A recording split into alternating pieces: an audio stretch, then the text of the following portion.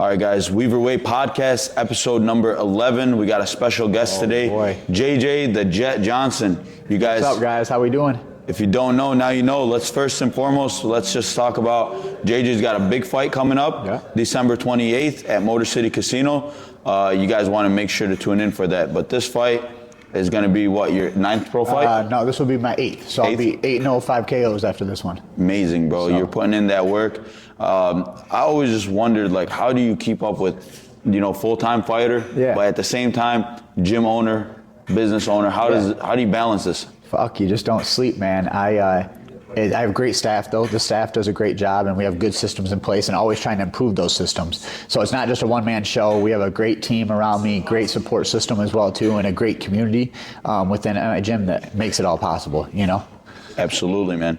It's not something you could take a break from when you're in there training and everything. You're always for me, it's so hard to focus on my own sessions when I know that there's something that I want to do for the gym and improve the gym. Yep. So there could be a bag that's out of place or a bag that's miscolored or something, or you need to hang something up, or just even little things, or you need to tell an employee about something or a new person coming in. There's always something with it, and I think that's where you got to kind of departmentalize where there's certain times to focus on where I'm practicing. There's other times to focus on the gym. And, now that I'm getting in real estate and stuff like that as well, too, there's a whole nother element that's added on, Absolutely. So it's trying to, section everything off about your day. And I tell people, I think having a to-do list as you get busy, really, really busy in life is very, very important. And I think some people just manage the chaos better than others. You know what I mean? Yep. So you thrive in that chaos because, being a fighter is always something's coming up,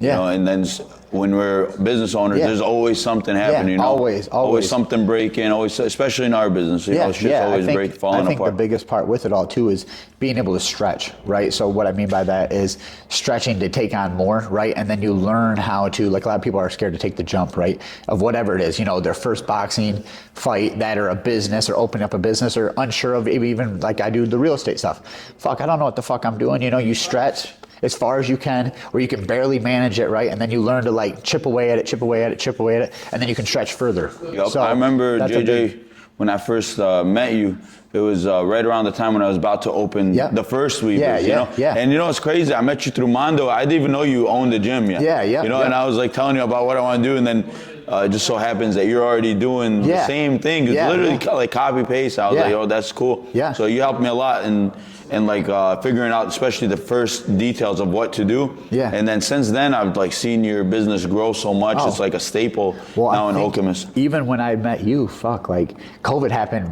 shortly after. Shut down our business. Shut down everything, and then you got to go in and you got to rebuild the business. So we all kind of went through it. I mean, really at the same time. I mean, I've been in business, almost going on 7 years, but, COVID kind of wiped out everything. It was kind of a fresh start same here. For same myself. Here. And during the COVID times, we spent a lot of time working out at the original Weavers. The original spot, Bro, barely anyone knows about the original Weavers. We go on and put some stupid, crazy workouts together. It's ridiculous. We're in there training for 2.5, 3 hours, just killing it. We got in for me, I was probably in the best shape of my life at that time. Yeah, I probably was myself too. No joke. Probably even to this day, I was probably in the best shape of my life during COVID. We had nothing to do but train. It was, I remember I just started that thing, and then COVID hits, shuts me down, and I'm like, bro, after 2 weeks, I can't take this shit. So I'm like, I don't give a fuck, bro. I'm gonna put some newspapers on the windows.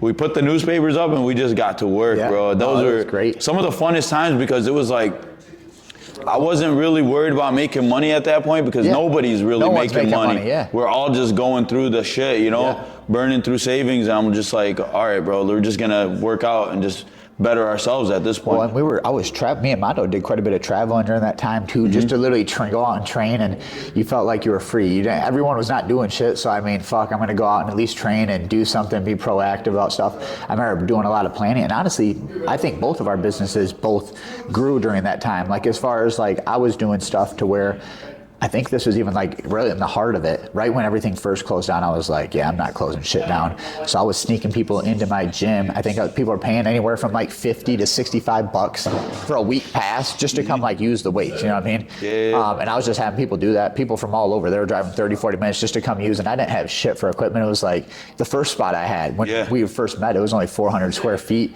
and we had like a dumbbell rack and a bench, you know what I mean? Yeah. Maybe like one heavy bag. Bro, that's how we were getting it done. I remember same thing. I added a bunch of clients, and then there was like some other gyms in the area that were starting to like tell people like, if you go to Munib's, we're gonna report it to the police. I had to really chill out. There was some ops. They were getting pretty mad, but one of the funnest times of my life for sure, bro. But since then, your gym has grown substantially. Yes. You know, it has. Like I'm very excited to see what happens next for you guys. I am too. I'm super excited for what's to come. A lot of stuff in the plannings as far as like business plan. We're putting that all together and bringing new staff on, because and we not new staff. We just kind of this last 7 months, man, has been a headache at the gym. But through that, you learn so much about yourself, and you learn stuff about other people and employees and what they can endure and stuff like that. And we really came together and grown. Now to where we're at, and I think it's a new fresh start, because I think as like a business owner too, you grow with some people, right? And then like, you learn a lot more stuff on how you're going to handle things differently with your next employees, or how you're going to distance yourself, or how you're just going to like, how that relationship's going to vibe, right? Yeah, and I think that's something big that I've learned through this time. And also that it could be, I mean, it got to the point to where I wasn't running any classes, and I was gone out with Joey out there in Australia for a month and a half, and everything was running smooth. That's good, man. I wish I could do that. Then I need to came get better at that. Well, that's how it was running. Then I came back and it just like fucking hit the fan, So it teaches you also never to take your foot off the gas. You know what I mean? You can't. There's always somebody trying to take your spot in this business. Yeah, there is, man. People are opening up left and right. I remember when we were doing it. The gym industry's tough. Nobody was really thinking about it, in the way that we were, because you started in MMA. Yep. I started in MMA, and like what I thought was like, there's a billion MMA gyms. Everyone's doing MMA. Let's do some boxing for the regular person, you know. Now I get a bunch of these MMA guys like you. Yep. They come in and they train to get better because we're very specific. Yeah. But seeing that, now I'm like, bro, I want to full on do MMA. I want to like be able to offer everything to my customers. Because I think, and that's kind of where we're leading to, even with the strength side of stuff, and then we're going to add in everything as far as jiu-jitsu. We'll have boxing, kickboxing, the whole 9 yards. But I think people would like to come to, now you got to make sure each niche is good, so you got to make sure that you have somebody who's going to overlook everything at the same time too, so you have a good staff and things like that, and bring the staff along accordingly. But I think with that, now everybody's attracted to your gym because you can do it all, correct? Yeah, absolutely. Versus like if someone wants to come in here and they want to box, well, say they want to box, but they also like to do jiu-jitsu or something like that, And I think it's different forms. I think people are going to enjoy it. Like some people really love our kickboxing, you know what I mean? And not so much the boxing. They start kind of doing both. They like dabbling in both, but if you can add stuff on the ground and stuff too, I think that's another big part that you could be missing. Yeah, you got people that like certain things fit their personality, other things don't. So it's definitely good for versatility. And I think building it up the way that we did was a lot smarter, especially like instead of just going all out, because like sometimes I drive by the building that I was gonna almost get. I was about to get a huge building to start out, and I say, thank God I didn't start with that, because I've already seen 2 businesses open there and go out. Yeah, because if I would have started with that big overhead, I don't even know where that shit would have came from. It's like a learning process on the job, man. And especially when you don't come from, like we both didn't come from money, and you have to get it with your own money that you got in your pocket, And I mean, I started my gym with $1,000 in my pocket, and now we do great numbers. But it's like during that process, you learn so much about the business, and you were like, oh, I wish I could have done this, or I could have had this investor do it and all this other stuff. But you get a lot more out of it. It's a lot more rewarding when you do it yourself. I agree. I think if I were to, like in the beginning when I first opened Weavers, I thought I was gonna keep this business like cookie cutter boxing, kind of like Title, but teach a little bit more, and then just franchise it everywhere. Like do like the same class over and over, and like I can't teach the same shit over and over. I get frustrated, and it's kind of boring. So I think I'm cool with the way that the things are going now more than before. Yeah, and mine was kind of the same rem. I wanted to add a little bit more spice. Same with the boxing, but a big thing, kind of even what you hit on earlier. Like I remember, what was it, 2 years ago? Probably 2 or almost 3 years. About 2 years ago, I remember I think we were doing like 23K a month or something at this time, and I was like, oh, we're packed. We're doing freaking good at my gym, and we're double, a little bit, even more than double that. And it's like with that process, I remember talking to one of my mentors now, Ben Benito. We became good friends, and he was like, "Oh, dude, you need to make sure before you relocate or do anything else, this place needs to be busting at the seams." And I mean, it's 2 years later, and this place still isn't like busting at the seams. So I think maximizing everything you have, because what I realized is like I'm thinking. I actually shout out to Cookie Boys because I remember at the time Cookie Boys was doing crazy. I was like, I need to open up a fucking cookie spot here in East Lansing. That shit would go crazy, and.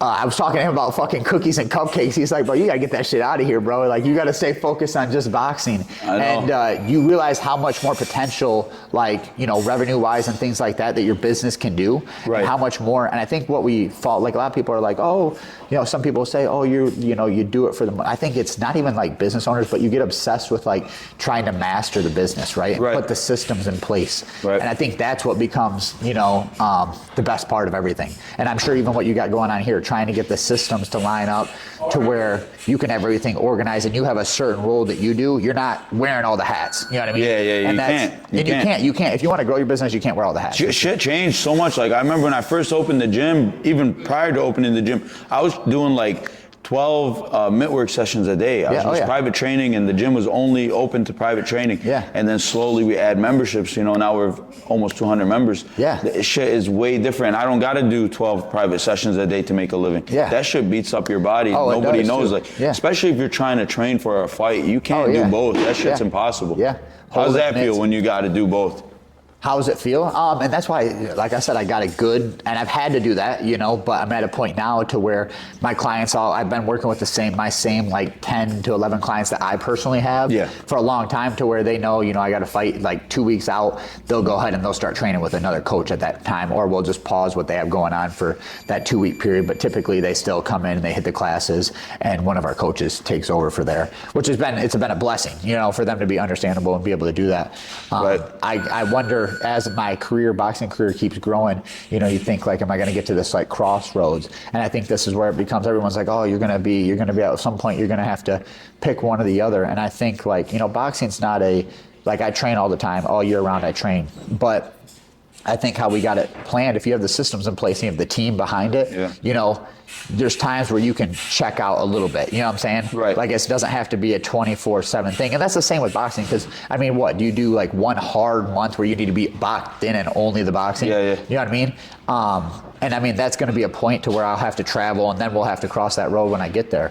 I think you're smart enough to handle to navigate, especially like, you know, majority of fighting, at the end of the day, it is about being in great shape. And having your own gym, like you can just walk in and get your workout in, that is a big advantage. It is, and sometimes we can lose sight of that if we start overthinking and start looking at other things like outside of our business, like you were talking about. Because I have that too, like where I'm looking at like other businesses are being successful, and sometimes they go fast, you know? It's like quick money. And I'm like, but at the end of the day, am I really selling something that I love, or I don't really love this shit? Yeah, and that's the biggest thing. Like, I love boxing. I love it. And I think the biggest thing, I got into this industry by sneaking people into Planet Fitness, which I know you know, but through the process of everything, and I was like, you know, I just wanted to sneak people in, you know, do the personal training thing, and then I met up with my cousin and we got the spot there, and it was just to take care of my amateur career, right? So I made some money and I could train how I wanted to and have the freedom to be able to do that, and then it turned into what it is now. But I think through the process of all that, like obviously I still really love boxing, but my biggest goal is to be able to impact and change people's lives. You know what I mean? Make people more confident in themselves, make people more like even just intelligent as far as like when it comes to like common sense things and things that they think should be knowledgeable. And this is something that I'm going to touch on when we open up the new spot that I'm looking at doing right now. But just adding in different programs, I want to see people succeed, man. I want to see people grow, and I want to see people in this world not be so lost. I think that's a big problem that we struggle with nowadays in 2025. I think a lot of people go through life very lost and unsure of like, and it's super common. We've all been there. but I think it's a super, super important thing. Like you have people who come in here and, they're trying to boost their confidence or they're getting bullied and there's this so and that. much to it. But there's a lot to life. Yeah. And life, no matter what you do, life's hard regardless. You pick your hard. It's going to be hard 100%. being broke or it's hard being rich, It's hard for everybody. It's hard regardless, right? And everybody starts at different areas in their life. But if you can get back and you can, bring some knowledge to people and let them know that because they can see, I think it's important to come from somebody that's doing it because if they can hear that, they can do it too, Yeah. But it's not going to be easy, right? No, you got to be dedicated. All, you got to find things that I think we lack right now on a whole nother topic, but it's like K through 12, the education system is really leaving people lost, right? They're leaving people to be, read by the book, follow the rules, lead by direction. And you see a lot of these people nowadays that are super successful are kind of ones that go against the grain. Like I'm always down to push the limits. I'm a rule breaker at everything I do and I like stretching things. But I think being able to educate kids outside of like what they're learning in K through 12 and being able to educate people on real life. They're missing quite a bit of what actually happens. What's real life about? Like in high school, they didn't talk to us. In school in general, they never talked about credit. They never talked about taxes. They never talked about any of this shit. And there's a lot of, and people are like, oh, the rich take the cheat codes. It's not a cheat code. Well, I mean, you can say it is. It's right there. There's little ways you can move around and stuff. And like, we don't learn about no money when we go to school. We don't learn on how to socialize. Instead now we're putting phones in our face or iPads and, which sucks us dry as human beings. Absolutely. And you learn in school how to listen. Yeah, you learn how to listen. Follow the man, And I think at an early age, and this is something that I want to really bring to the next program I'm going to put together is, letting people dream, right? And letting people like find what they're passionate about. You're telling me K through 12, that's 12 years of your life.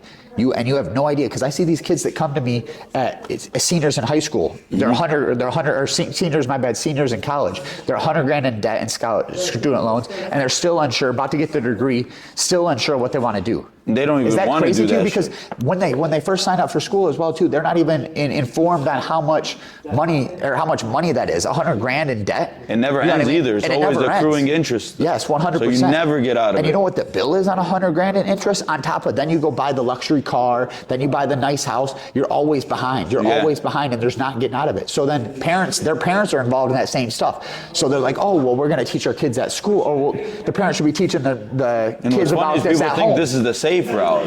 This is the safe route. Yeah, exactly. This is the safe route to everyone. But it's really not. It's not, man. It's slavery kind of in a way, to be honest with you. Yeah, and then I always think about this too, JJ. Like, I always think like, man, what the hell am I going to do with something nice when I'm old? Yeah. Why do I want to retire at 70 years old? I don't want to retire at 70 years old. Yeah. I feel at this point, I work so much, but I don't hate what I do. But you don't work at all, right? Yeah, but it doesn't feel like, because I would be at the gym anyways. Yeah. If I wasn't if I wasn't the owner of this gym, I'd be signed up at a gym like yours. Yeah. 100%. Exactly. Without a doubt. If I wasn't the owner, like if I didn't have to do this, I'd go somewhere else because I was signed up at other gyms. I wanted to be there. Like there's a lot of people like nowadays, we have to push them to just exercise and have fun. This shit is fun. Yeah, it's fun to me. And the boring shit is going to school. Yes, I 1,000% agree. And I think there's, if you really sit back and look at school and how it's programmed, I mean, to think you have to sit in 8 hours of the day, you get maybe an hour break. So let's say 6 to 7 hours. Yeah. You're sitting at a desk for that long. That's not good. And then you grow up, and that's what you do too. That's not good for you, bro. You know what I mean? That's not good for you at all. And they're taking more and more away from that. And it's like, they're not teaching real life skills in school, and that's the problem. Yeah. People go through life very lost and confused. Yeah, you don't know which direction you're going because like school education is important, but there's other things too, like having your faith is important. Yes. Having your health and fitness is important. Your finances are important. There's more to it. So if someone thinks that just going and getting a piece of paper is going to be like the end all be all, it's just like a boxer who comes to you and his only goal is to win a belt. Yeah. And then what? Yep. Okay, if you're not content, it's never going to feel like enough. Yes. And so even if he makes $100,000 his payday, it's not going to be enough. He's going to want the next thing and the next thing. It doesn't matter how much money you make. No, it really doesn't come down to it. It's about what you can keep is what's very important. What you can save, and that's also knowing what liabilities and what assets and all these different things are. But that people are very uneducated when it comes to that, or they don't know how to get into it because they're scared. Yeah. Right. So, but I think that's what martial arts and things do for you. builds you the confidence to be able to jump out and do that. Like, I jump at everything, man. I don't need to know shit about nothing. I'll watch a YouTube video and people think I'm crazy. I'll watch a couple YouTube videos, man, and I'll be like, damn, I can fucking get this shit done. You know what I mean? What was it like, JJ, the first time you got a client to pay for boxing sessions? Because I remember what it was like for me. It was crazy. I remember actually he just hit me up today, and I was actually just thinking about him. Rob Neds, him and his family. He wasn't my first client. My first client would have been when I was sneaking people in. It was like $20 a session. I think I had them paying, and they made a great transformation because I was like on their ass. But it just felt like, dude, I could do this for the rest of my life when I first had done that, you know. And I remember some of the people in particularly that had came around and honestly helped even keep the doors open at a tough time. I remember in 2020 and 2021 that was like, it was tough, you know what I mean? Because there was COVID just happened, bills still going out, you know what I mean? Like barely making any money because you got to restart the business. I remember certain people that had really, you know, supported, yeah, their whole family coming and they're paying freaking $2,500, $3,000 a month, you know what I mean? Which at that time pretty much just kept me open, you know what I mean? Yeah, it really is. Like, same here. The first group of people that signed up was like local families. They all their kids were signed up. They were signed up, and they really helped the gym like keep afloat in the beginning. You know, because it was hard. And I was like, you know, the people that you think are gonna join your gym, and the people that tell you they're gonna join your gym, they don't join your gym. No, they don't. No, it's like people that I don't know, and like they walk in and they're like, you know, we're gonna get 3 memberships for our kids. We'll buy a package. I'm like, wow. Like, and you become, and it's like, I remember I had a lot of that stuff. Yeah, friends for life, man. And people you still communicate. People move and things like that, and you still communicate through all that. And that's what it's about, man. It's about the community, being able to relate. And I think something I wanted to even touch on here is like, you know, through life, man, you got to go through hard. You got to go through the pain and the suffering to be able to grow. Absolutely. And I think whether it's painful in the sense that you're not doing well, or the painful in the sense that you're growing, you got to embrace both of those. You know what I mean? Yeah, to be able to take bro. yourself to a new level. And I think if people can apply what they do here in boxing and in the gym when they're here working out, you see them work out so hard. And then, but they go out in the real life and they're not, you know, applying those same principles that we do in the gym, right? It's applying it here and there, so it makes it easier, right? And so it takes people to a second to get out and do that, you know, and it's a process. It's a year-long thing, and I tell people as well, I'm like, you're going to pay for it now, you're going to pay for it later, right? One way or another, as far as like the health 100%. And wellness and stuff goes, and just mentally, man, because this life we live is all a head game. 100%. And you know, JJ, like a lot of what you're saying is like, really, I believe nowadays there's 2 types of people in this business. You know, there's mitt holders and then there's real teachers. Yeah. And there's guys, they think they can just train people and that's enough. And training people is cool and all, and like no shade on that. But we're in the business of teaching. Because it's not just what we say here applies in the gym. No, what we say applies to life. Yeah, and let's be honest, you know, you'll have a handful of people. What I like doing, you know, people are like, oh, are you ever going to coach fighters and things like that? That's not really what gets me, man. I mean, I enjoy that stuff and I like that part of it, but I like helping people, man, just be better people, man. Because let's be honest, like how many world champions I'm going to have in my gym? Maybe 1 if I'm lucky, maybe 2, max. Diamond in the rough. How many people are going to get into street fights or do this because of, you know, them coming to the gym? But how many people, very few of that, but how many people are going to become more confident and be able to grow in their careers and things like that? That's what I want to see people succeed in, right? I want to see people be better fathers, better brothers, better moms, whatever it is, and be better over health. They can live a long life at 85, 90 years old in good health because they came to Jet Boxing Fitness and took that first step. Versus you see a lot of people, man, they give up on life at 50 years old. You know, they think they got these chronic illnesses and things like this because they haven't went out and moved for a long period of time, right? So that's why I tell people, man, you pay for it now or you pay for it later, right? You can't expect to be, you know, in decent health if you're eating McDonald's every day. No, not at all. If you're going out and eating fast food. And not exercising, just sitting around is gonna ruin your life. Oh, it's gonna ruin your life, man, and people wonder why they have issues. You know what I mean? No, it's not gonna work. And you know, like you said, like nowadays I go out in public in the community and I just run into like former students like from 5 years ago that I trained. And sometimes I see this and I'm like, damn, I trained so many people. Oh yeah. And that's because like it's not just information that you just go, you train, and you think it's done with. No, this is stuff that's gonna change people's life. And like you said, the fighters come to our gyms and they improve. And a lot of times what happens with these fighters is they become the most entitled. They think like they win a fight or 2 and they're sweet.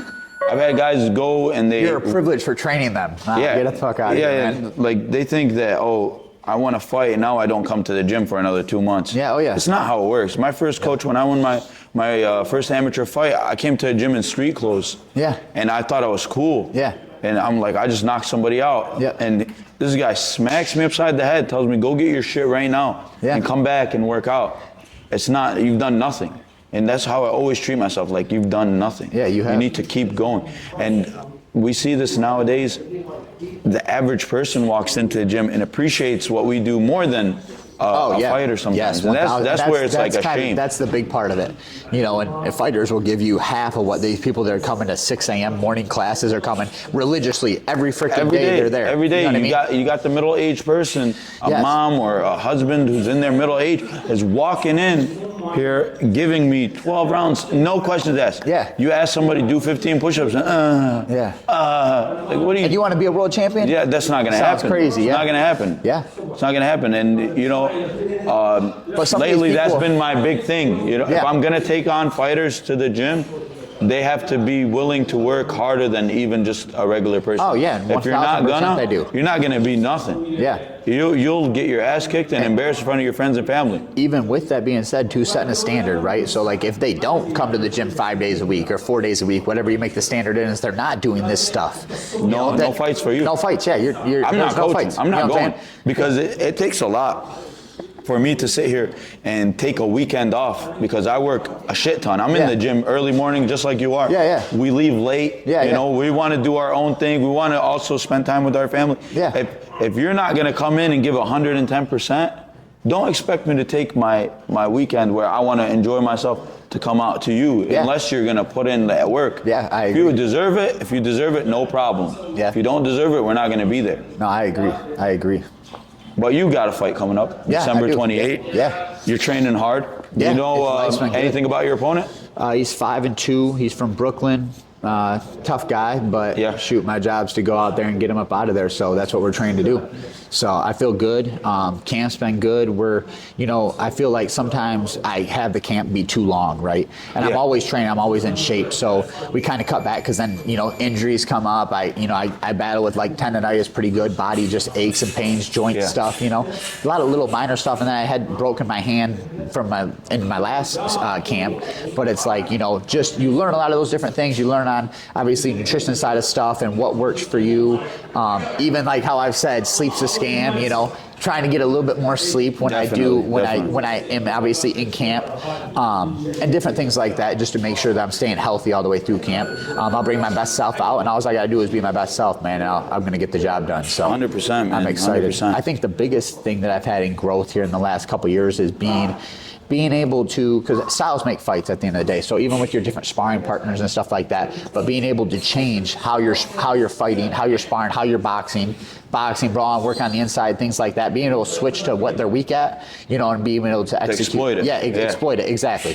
Which then it gets them a little bit uncomfortable, so then you can go back to boxing or whatever the situation is, you know what I mean? And I think that's been something I've been able to make changes a lot quicker, and being a little bit more unpredictable and things like that. That's been a big game changer. This fight is at 168, correct? Yeah, 168, yep. 168. You're doing good in this weight class. You feel strong. Yeah, I feel strong, yeah. And you've sparred with Joey Spencer a whole lot. Yep, I have. Joey Spencer's a fantastic fighter from Michigan. Even Rel as well. You sparred with Rel a whole bunch. You're getting that good work, and who's some people that you've been sparring with recently? Right now, we got some good some amateur guys here at the gym, and then Matt Rodriguez out in Saginaw as well. We're actually going to be coming out here to Detroit starting here next week, amping it up, the sparring even more. But right now, like Salman, my boy Mikey at the gym, guy Ant, and then Chaos as well too, who's been coming out to the gym. UFC guy, yep. So, and I think all those are kind of good looks. The guy I'm fighting is a little bit more wild. Looks like he may pack a little bit of a punch or whatever, but my job's to go out there and fucking exploit what he can't do. You know what I mean? So that's what the plan is. So absolutely, be in tip-top shape and should take his head off come December 28th. December 28th. How do you like fighting in Detroit? I love it, man. I haven't been out here since March of 2024, I think. Yeah, it's been a while. I enjoy it, man. I think it's great. It's been cool to be able to get back to Lansing and fight out there in the hometown. 2 times. Yep, yeah, exactly. I've been able to fight out there twice, or actually 3 times now. And then I fought out in Linden at Joey Spencer's show for his homecoming thing, which was really cool too. So just I want to be able to travel and do those things and get different venues. But I think hands down, I mean, Motor City's a beautiful venue. So I think there's some other big stuff that's coming up here soon too. Yeah, there is. There's a ton of combat sports resurgence in Michigan, especially with boxing now too. MMA's been strong for a while, but boxing is coming back in Detroit. We're seeing a lot of shows in the downtown area. Even Little Caesars has done Little some Caesars, shows. Fox Theater. Theater, they're doing Motor City where you're fighting. It's crazy to see even how we're kind of going back, but even when our gyms were, like when we just opened up gyms, boxing was kind of dead, honestly. Come 2020, I think we had a little wave like when the McGregor and the Mayweather thing came upon. I think it kind of drew a little bit of attention, and I think we kind of rolled with it, the Jake Paul situation and him bringing eyes to the sport, but it's really been growing. And not only everybody started boxing out of nowhere. Yeah, and I agree. And I think not only is it for the fight game, it's doing more, but even for people it's becoming more of an exercise for people to do. You know what I mean? In the gym industry, it's huge right now. A great way to get in shape, and I think there's no better way to get in shape than to box. You ever heard about what Dmitry Bivol said? The biggest difference boxing in the United States is versus in Russia? No, I didn't know. Bivol said the biggest difference is, he said, when you go to a gym in the United States, he said you'll see an 80-year-old woman hitting the bag training. Oh, yeah. He said everybody boxes, every age, every group. He says, whereas in Russia, nobody boxes. It's weird if you box if you're not training to become a champion. And that's something that's I don't know if they do that in other countries. And I think to be honest with you, I think whatever starts here in the U.S. ends up going other places as well, and I think we will see that in other countries as well more on. Because I absolutely love that the influencers are taking on to boxing, because all of their people and their fans are starting to realize boxing isn't just for people they just want to be meatheads and bang each other's brains out. No, we want to also teach people that boxing's for everybody. It helps you, whether it's for fitness, whether it's for your mental health, self-defense, confidence. I mean, it goes on and on and on. Weight loss. We've had some crazy transformations physically. I personally love making someone lose weight. Oh, I do too. But I just like seeing them change the way they look. Yeah, I agree. I think that's amazing. But even more to that, we've had some people that came in, and one individual has multiple people, but they've lost a tremendous amount of weight. But what you see happens, and then they start bringing their family in, right? And their family grows closer together, and dude, that side of the stuff is super cool, right? Losing the weight, life changing. We've had people lose 200 pounds. I know. You know what I mean? And it's fucking ridiculous. Those are big ones right there. Oh yeah, it's huge. And just overall, the people who come in to relieve stress, it goes on and on and on. The different things that boxing can do for people. It really never stops, bro. It doesn't stop. It really never stops. The kids is huge. Yeah, absolutely, bro. Teaching the next generation something that's healthy. A lot of people get scared. They think that when they come and they bring their kid here, we're going to turn them into a bully. No, we're going to make him actually the anti-bully. We're going to teach him how to be strong and defend himself, and hopefully help people. And not teach them how to beat someone people up. Say that all the time, and I tell the parents, I'm like, it's not about them going and beating somebody up, right? It's how they hold themselves, because bullies attack people who don't hold themselves with some sort of hold themselves upright, right? Some sort of character, courage, you know what I mean? Have the confidence behind that, and that stops bullying. It's not like there's a confrontation that happened, and if that does happen, then it had to happen, right? And that's okay. You know what I mean? Hopefully it doesn't go any further than that, and obviously you're relaying the same message to the kids as well. But it's huge, man. A lot of it's just how you hold yourself, man. The self-esteem you bring in. With boxing, it just gives you that little thing in your pocket, man. It's always in your back pocket, but a little bit more confident how you hold yourself. It's real. There's a lot of martial arts, they're not quite real. You might drop off your kid for 10 years. At karate class. And he's got some nice belts, and he breaks a board, but like the Bruce Lee saying in one of his movies, boards don't hit back. Exactly. Boxing is real. It's tangible. We don't measure how good you are based on belt and promotion and scams. Really, scams. When you give people belts. 1000% agree. We're not here to scam you and lie to you, guys like me and JJ. We're here to actually teach your kid a tangible skill. So that's the biggest thing. But to wrap things up, don't forget JJ the Jet Johnson. If you guys are in the Lansing Okemos area, make sure you visit Jet Fitness. And also, if you'd like to see him fight, whether you're from Weavers or Jet, we got a very good friendship. I want to see you guys all at his fight December 28th. Do you have anyone you'd like to shout out, sponsors or anything? Not right now, just Jet Boxing and Fitness, man, and the great community back in Okemos. And thank you guys for having me. Shit, appreciate it, brother. Yeah, thank you. Yes, sir.